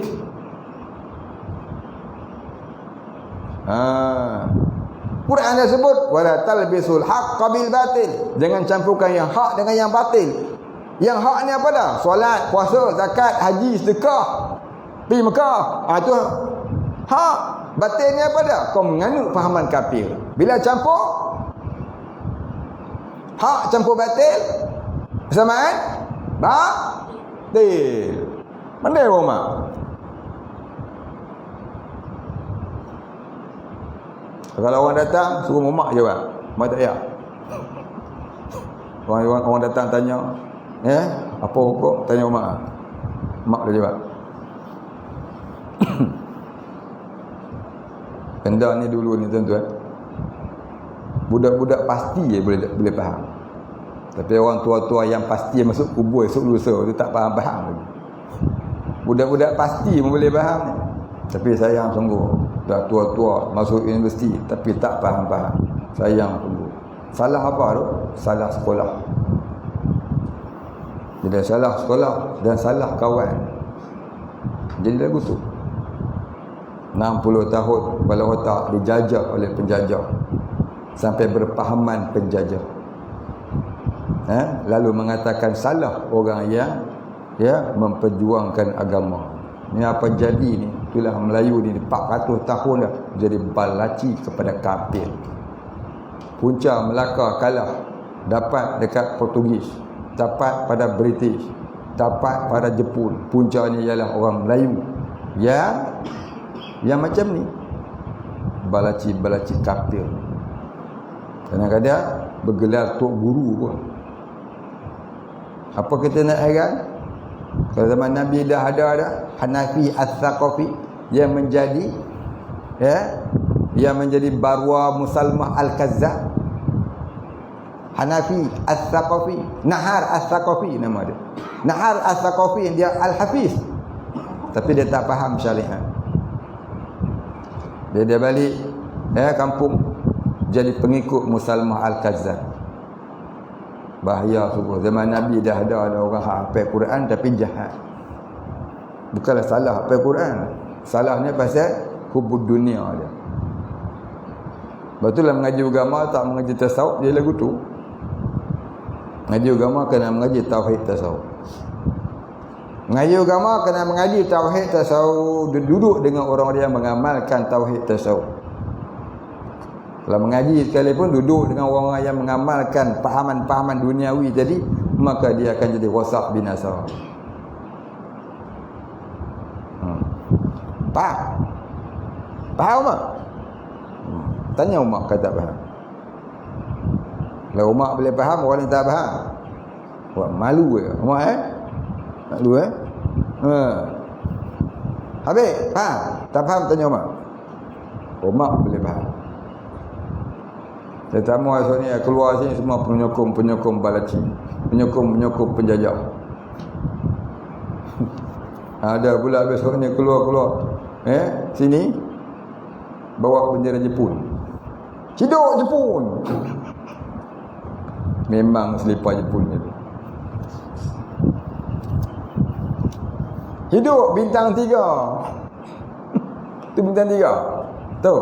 Bukan masjid bintang 3 ya. Ni bukan masjid, ni komunis bintang 3 kan. Jangan. Kita ni dibutakan sejarah sampai kita menyokong, menghargai orang yang menentang ulama. Namanya diagung-agungkan sebagai pejuang bangsa, dinamakan syahid. Syahid apa kalau dia tu jadi balaci penjajah? Syahid apa kalau dia jadi penjajah, balaci penjajah? Ada seorang tentera dulu ni, dia tak mau sebut nama dia sebab dia dah tak ada dah. Cuma contoh, diagung-agungkan oleh orang Malaysia sampai hari ni. Dia katakan pejuang agama, pejuang bangsa dan negara, gugur sebagai syahid. Padahal dia kerja dengan penjajah. Pangkatnya lieutenant, lawan hukum Allah, dinamakan syahid. Tu dia lah buku sejarah yang dikarang oleh balaci-balaci penjajah. Orang tak syahid, dia kata syahid, kau tanggung di akhirat, tanggung dosa tu di akhirat. Orang tu menyokong penjajah, lawan orang nak menegakkan hukum agama. Kau kata dia mati, mati syahid, kau tanggung di akhirat. Ya. Siapa yang mati kerana menegakkan hukum kafir, maka dia tak mati syahid. Terkadang mati kafir, terkadang mati fasik. Kita tak boleh bersekongkol dengan kafir. Tak boleh bersekongkol dengan kafir, takut mati kafir. Faham tu? Jangan tertipu dengan buku-buku sejarah yang dikarang oleh balaci-balaci penjajah. Kita menjadi jatuh akidah. Antara sejarah yang dikarang oleh balaci-balaci penjajah ni, dia kata apa dah? Antaranya agama tertua di dunia agama Hindu. Habis tu Islam agama apa? Ada dalam buku sejarah kita bukan? Agama Samawi 3, agama Yahudi, agama Majusi, agama Majusi, agama Nasara, agama Yahudi, bukan. Agama Yahudi, agama Nasara, agama Islam. Ada dalam buku sejarah. Agama Samawi 3, Yahudi, Nasara, Islam. Mana ambil terang-terang dalam Al-Quran Allah murka kepada 3 agama ni, Yahudi dan Nasara. Bahkan kita diminta supaya dijauhkan daripada tergolong dalam kaum Yahudi dan Nasara. Ghairil maghdubi alaihim waladdallin. Al-maghdub Yahudi, ad-dallin Nasara. Walan tarka ankal yahudu walan nasara hatta tattabi'a millatahum. Tiba-tiba ada pula ustaz mengajar agama yang samawi, Yahudi, Nasara dan Islam. Ini dialah orang yang belajar sejarah ciptaan penjajah. Jadi balaci penjajah, sesatkan pula anak rakyat negeri. Anak-anak rakyat, anak-anak negeri. Sampailah anak-anak tu besar, dia menyesatkan orang pula. Sebab apa? Salah sekolah. Satu anak saya alhamdulillah mondok-mondok, tak berani nak hantar keluar. Pasal ni. Pasal kita pernah sekolah penipuan mata pelajaran di sekolah. Sikit ya penipuan tu. Halus sungguh jarum kafir ni nak bagi kita jadi syirik dengan Allah. Agama 3. Agama Samawi 3. Sikit lah, tak macam tak ada apa-apa. Tahu tak? Buat i'tikad tu salah. Siapa beriktikad lagu tu boleh membawa kepada terkeluar daripada Islam. Mengakui yang salah itu benar. Mana ada agama Yahudi? Mana ada agama Nasara? Bacalah sejarah tu betul-betul. Baca tafsir betul-betul. Inna dina indallahil Islam. Sesungguhnya agama di sisi Allah ialah Islam. Lain pada Islam batil. Tak adalah Allah Taala nak murka, nak marah kepada Yahudi Nasara. Siapa Yahudi, siapa Nasara? Apa makna Yahudi, apa makna Nasara? Kita dah cerita dah dulu, bukan? Ingat tak? Apa Yahudi?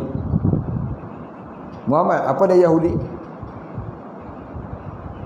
Cerita sebuti apa dia Yahudi? Mai mana asal Yahudi? Terkentutlah kau. Mai mana Nasara? Istilah Nasara tu mai mana? Hasan. Istilah Nasara tu mai datang dari mana?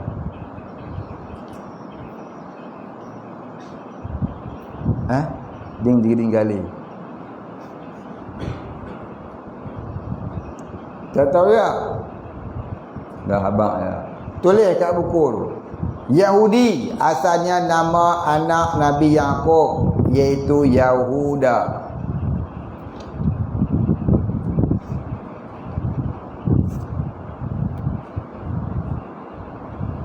Nasara iaitu nama tempat kelahiran Nabi Isa.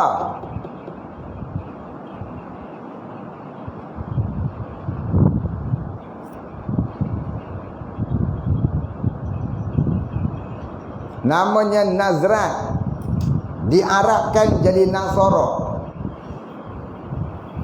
Dah, cukup. Boleh tulis? Boleh tulis? Islam, agama yang diturunkan oleh Allah kepada sekalian manusia. Islam, agama yang diturunkan oleh Allah kepada sekalian manusia, dari Nabi Adam sampai akhir zaman. Nabi Adam agama apa? Islam. Idris, Islam. Nuh, Hud, Saleh, semua Islam mereka.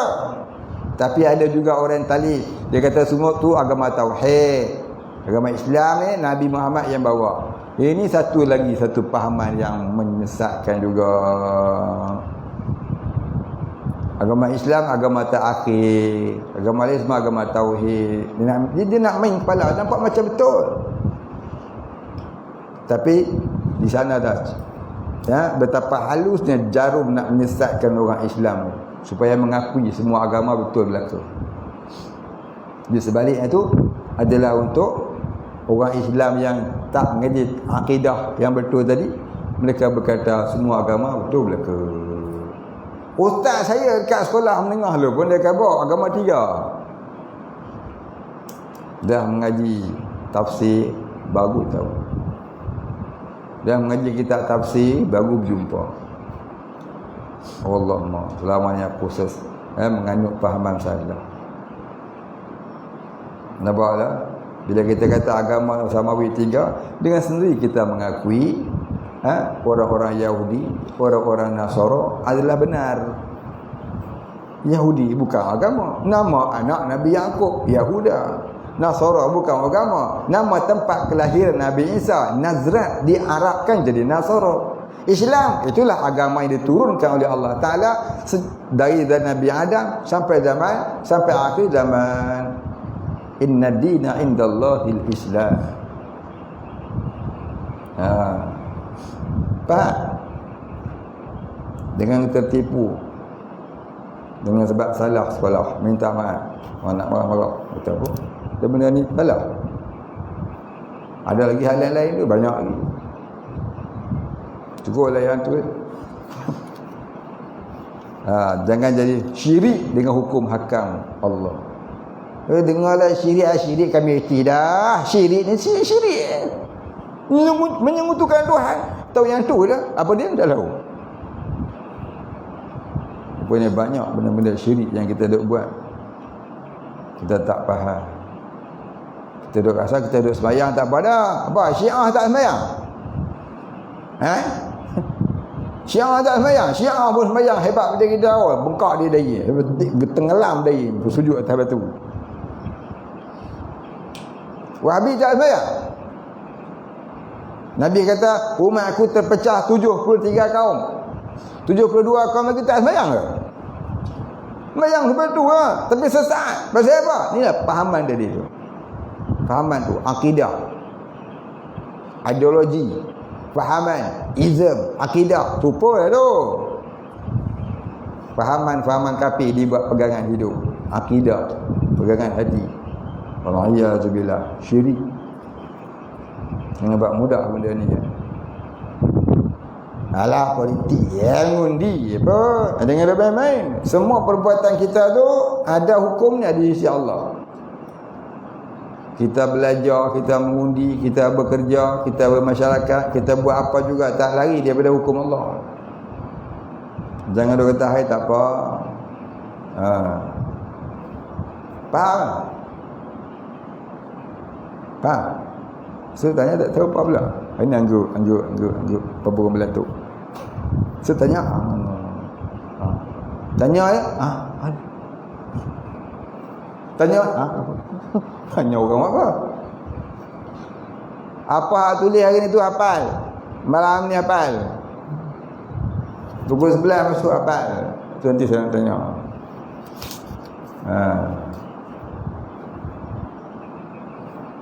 Baik nak baca soalan. Dah pukul 10 lah.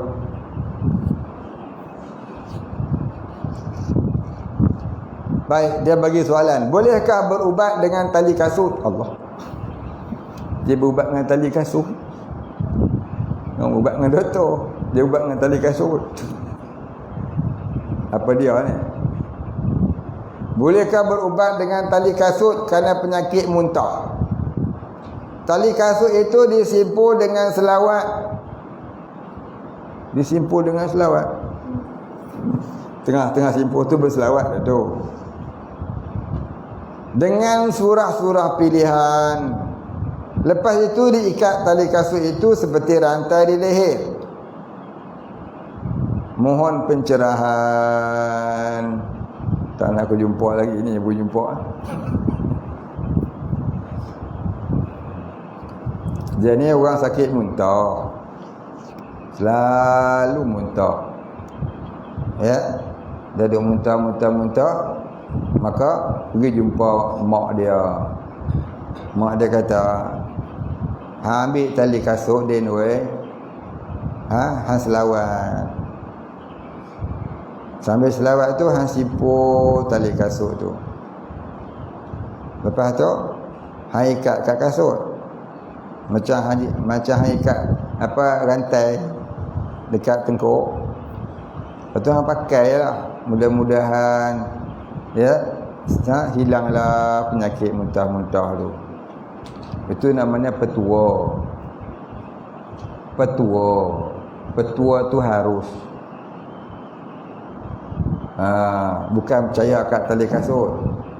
Kita percaya pada Allah. Tali kasut tu petua. Petua. Macam kita dahaga sangat, tak tahulah apa nak buat ni, air tak ada. Ambil, jumpalah daun dan daun kaktus. Kaktus ada daun tak? Kaktus pun tak ada daun. Ataupun kita puasa ni dahaga sangat. Nak kena teka, nak cakap tak boleh. Intik nila pun kuat lagi suara dia. Kena teka. Nak buka puasa sayang.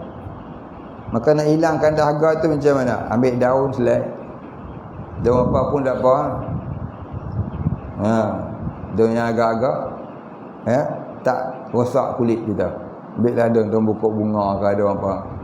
Lepas tu, jangan makan. Makan batal lah puasa cerdik. Jadi ambil daun tu, dibacakan surah Al-Kautsar. Bismillahirrahmanirrahim. Inna a'tainakal kautsar fashalli li rabbika wanhar inna syani'aka huwal abtar. Tak terlupa. Sudah. Ya Allah, hilangkanlah dahaga aku ni. Hilangkanlah perih tengkuk aku ni. Ya Allah, dengan berkat surah Al-Kautsar, terimalah doa aku. Maka mudah-mudahan hilang dahaga. Puasa ke, letih ke apa juga, tak ada air nak minum. Itu namanya petua, berubat dengan alamiah. Ya. Dengan qasan, dengan i'tiqad Allah yang memberi bekas, bukan alamiah itu. Dibacakan ayat-ayat Al-Quran, mengambil barakah ayat-ayat suci daripada ajaran agama. Maka tempat isti'anahnya ialah Allah. Tempat bergantungnya ialah Allah. Hukumnya adalah harus, terkadangnya sunat. Terkadangnya sunat. Baik, boleh. Buat tali kasut, bukan kasut memberi bekas, bukan tali memberi bekas. Memberi bekas ialah Allah. Tali kasut tu petua je. Dibacakan ayat Quran tu mengambil barakah ayat-ayat Al-Quran. Hukumnya harus. Yang salahnya, wahai tali, hilangkanlah sakit muntahku. Yang tu syirik. Wahai tali kasut, hilangkanlah penyakitku. Ambil tali, deruk ke tengkuk. Hilang penyakit. Dah mati, hilang penyakit. Soalan lagi.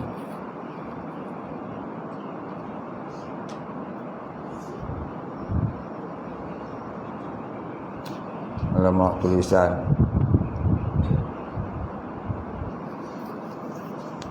Kecil benar. Boleh jelaskan lebih lanjut tentang tauhid ibadah bagi orang Wahabi dan tauhid ibadah bagi ahli sunnah? Baik, tauhid ibadah ni istilah yang disebut oleh orang-orang Wahabi. Faham ya? Itu saya kata tadi. Istilah tauhid ibadah ni adalah istilah yang disebut oleh orang-orang Wahabi dalam pengertian tauhid uluhiyah.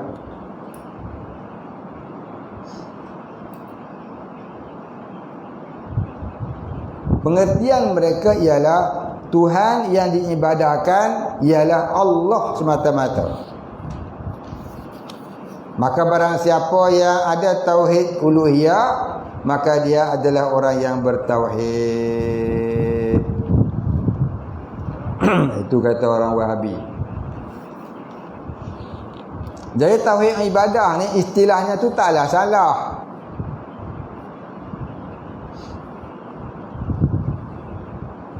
Tauhid ibadah yang disebut orang Wahabi tidaklah salah. Yang salahnya, dia kata ada beza antara tauhid uluhiyah dengan tauhid rububiyah. Dia kata ada salah, itulah yang salah orang Wahabi ni.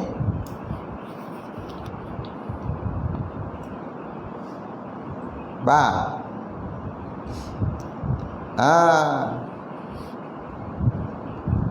Taklah juga kita kata tauhid ibadah itu istilahnya salah. Taklah salah.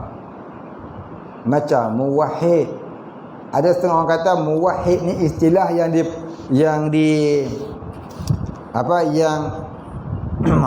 dicanang oleh puak-puak Wahabi. Tak, istilah tu tidaklah dicanang oleh Wahabi. Ulama-ulama tasawuf pun menyebut muwahhid bagi orang-orang yang sampai darjah arif billah.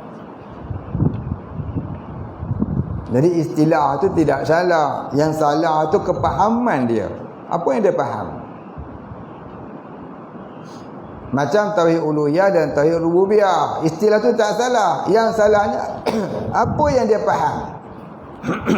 Dia faham berbeza. Berbeza pada lugah dan berbeza pada hakikat. Itu yang menyebabkan salah, yang boleh membawa kepada syirik.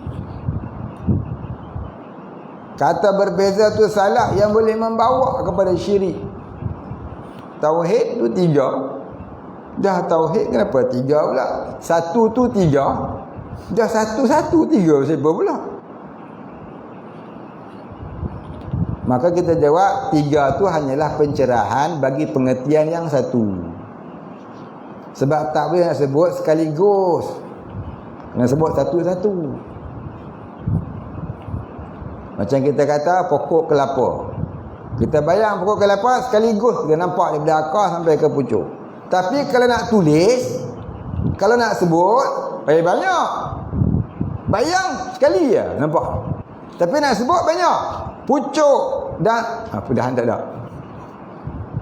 Pelepah.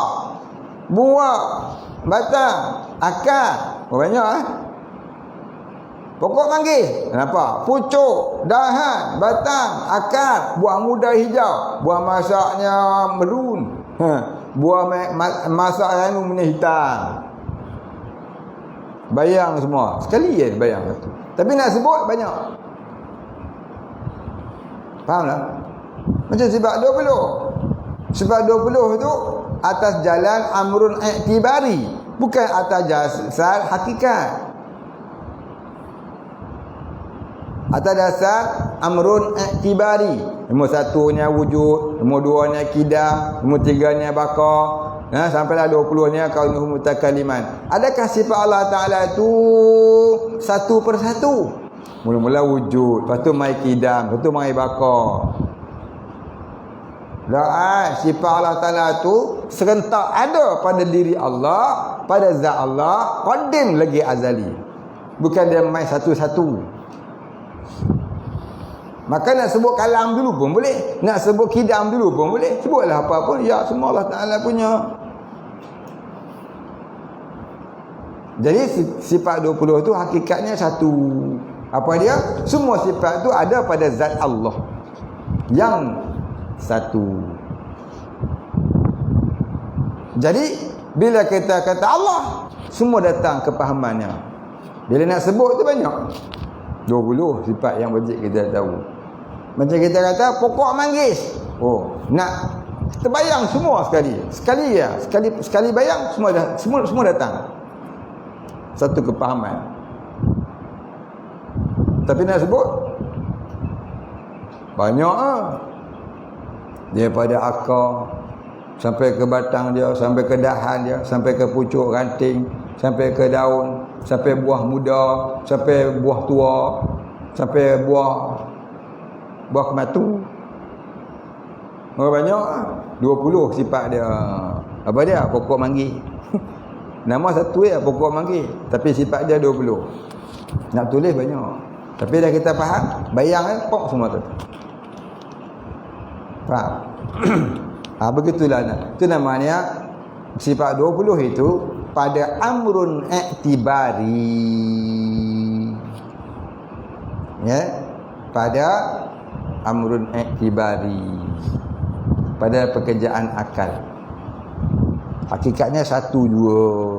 Sifat tu banyak, duduk pada zat yang satu. Tauhid uluhiyah, tauhid rububiyah, kiranya dua. Hakikatnya satu dua. Begitulah makna dia.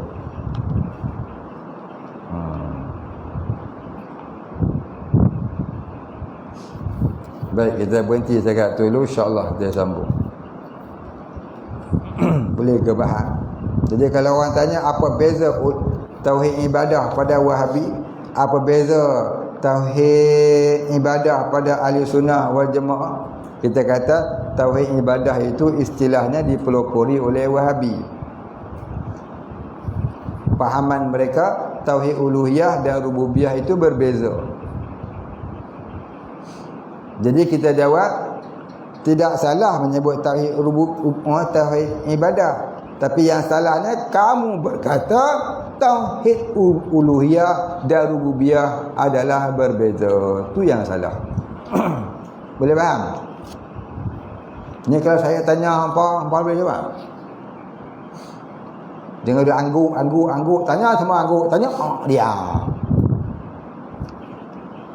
Tanya angguk. Besok tanya geleng.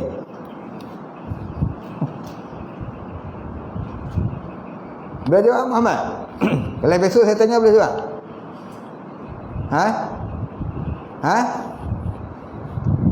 Boleh jawab besok? Besok balik? Tak faham? Tanya Umar. Malam ni pukul 11 masuk study. Bincang perkara hak kita bincang malam ni. Besok lusa saya nak tanya. Tak faham? Tanya Umar. Tu.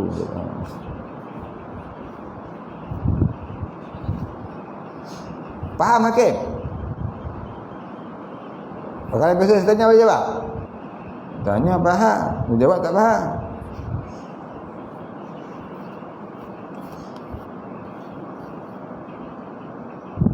Malam ni muzakarah bagi faham tu apa saya cerita ni penting. Syirik jangan lewat main. Syirik ni itulah beza antara iman dan kufur. Dia ada syirik tak ada iman. Ada iman tak ada syirik. Jangan jadi macam Wahabi. Syirik dan iman boleh bersatu. Itu Wahabi. Kita orang ahli sunnah, iman tak bersatu dengan syirik, syirik tak bersatu dengan iman. Tapi bagi Wahabi, iman boleh bersatu dengan syirik, syirik boleh bersatu dengan iman. Itulah faham Wahabi yang salah. Apa dalil? Dia kata siapa yang berkata Allah yang menjadikan alam, dia ada tauhid rububiyah walaupun dia menyembah berhala. Jadi acung-acung Ramasami, putu mayang, putu apa benda tu yang kata Tuhan Allah kasih rezeki, dia ada tauhid rububiyah. Bermakna dalam iman ada syirik. Apa dia? Dia sembah berhala. Mana boleh dalam iman ada syirik, dalam syirik ada iman. Ada iman, tak ada syirik. Ada syirik, tak ada iman. Tapi inilah fahaman salah ni Wahabi. Kalau orang tanya kat mana salah Wahabi, inilah salah dia. Dia kata tauhid tu 3. Tauhid salah. Kalau orang kata tauhid 3 tu salah, tauhid 3 yang dipaham oleh orang Wahabi, tu yang salah. Faham Muhammad? Faham. Tanya besok, tengok surah. Faham tanya, tengok sebelah pula. Kau tengok Aish, kau tengok Umar. Kau tengok Aish, kau tengok Umar. Malam ni hafal. Bincang sampai faham. Sampai boleh buat ayat sendiri. Kalau orang tanya, kalau saya tanya, hafal dulu ayat saya sampai faham, sampai boleh buat pula ayat sendiri. Yang tak lari daripada kaedah asal. Faham? Jangan duk ngangguk je. Jangan duk main-main. Ni tauhid ni. Ni syirik. Jangan duk buat main. Dia rasa tak apa, rupanya jadi musyrik lama dah. Wallahu a'lam. Al-Fatihah. Bismillahirrahmanirrahim. Alhamdulillahirabbil alamin. Ar-Rahmanir Rahim. Maliki yaumiddin. Iyyaka na'budu wa iyyaka nasta'in. Ihdinas siratal mustaqim. Siratal ladzina an'amta 'alaihim ghairil maghdubi 'alaihim waladdallin. Bismillahirrahmanirrahim. Alhamdulillahi rabbil alamin. Wassalatu wassalamu ala asyrafil anbiya'i wal mursalin wa ala alihi wa sahbihi ajma'in. Allahumma ighfir lana dhunubana warhamna wa antal ghafurur rahim. Allahumma ighfir lana dhunubana wa liwalidina warhamhum kama rabbayana shighara wa limashayikhina وللمسلمين أجمعين برحمتك يا أرحم الراحمين. اللهم نور قلوبنا بنور معرفتك يا فتاح يا رزاق. افتح لنا فتحا قريبا كما فتحته على أنبيائك وأوليائك وعبادك الصالحين. وصلى الله على سيدنا محمد وعلى آله وصحبه أجمعين. سبحان ربك رب العزة عما يصفون وسلام على المرسلين والحمد لله رب العالمين. تقبل الله منا